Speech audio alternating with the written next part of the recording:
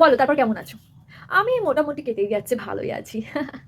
এই ড্রেসটা, আরে সেই দিনকে আমি ড্রেসটা অনলাইনে দেখলাম তো এত সুন্দর লাগলো।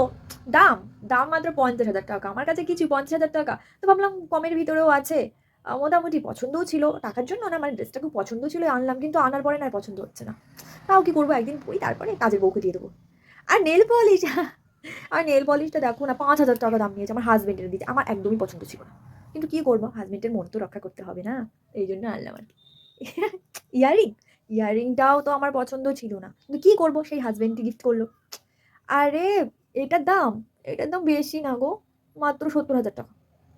আরে কি বলবো, আর ওর দোষটা ওর না, ও গেছিল একটা জায়গায়, তো সেখানে কোনো দোকানই ছিল না। তো তখন আর ডায়মন্ডের দোকান ছিল, সেখানে এই ইয়ারিংটাই ছিল, আর ছিল না। আমি বললাম আর একটু বড় দেখে আনো না। তা ভাবলেও বেড়াতে গেছে, যেখানে যেরকম পেয়েছে সেরকম নিয়ে এসছে। আর আমি তো জানো অত দামি জিনিস পরি না, পছন্দ না হলেও এখন হাজবেন্ড দিয়েছে, পড়তে হবে। লিপস্টিকটাও ভালো, আমার তো সবই ভালো, লিপস্টিকটা আর বলো না, এটাও পছন্দ ছিল না, কিন্তু পড়তে হচ্ছে। না না, হাজবেন্ড দেয়নি এটা, এটা তো দিয়েছে হাজবেন্ডের বন্ধু। হ্যাঁ, লিপস্টিকটা এত, মানে কালারটা ভালো, দামটাও সেই রকম, ১,০০,০০০ টাকা। ১,০০,০০০ টাকা লিপস্টিকও পরে, তাই বলো। তাও আমাকে দিয়েছে, আমি আর মানে জাস্ট কালারের জন্য নিলাম, এছাড়া আমার তেমন একটা পছন্দ না, মুখের উপর তো বলতে পারি না, না এই জন্য। তো চলো, এই লেট হয়ে যাচ্ছে, হ্যাঁ আমাকে ফ্লাইটে করে যেতে হবে লন্ডনে।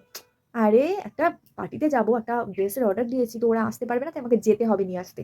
তো চলো টাটা, ঠিক আছে, আবার আসছি, ফ্লাইটে করে আসি, ফেরত আসি, তারপর তোমাদের সঙ্গে আমার কথা বলবো। আর এখন কফি খাওয়ার একদম সময় নেই, ঠিক আছে? তো চলো টাটা।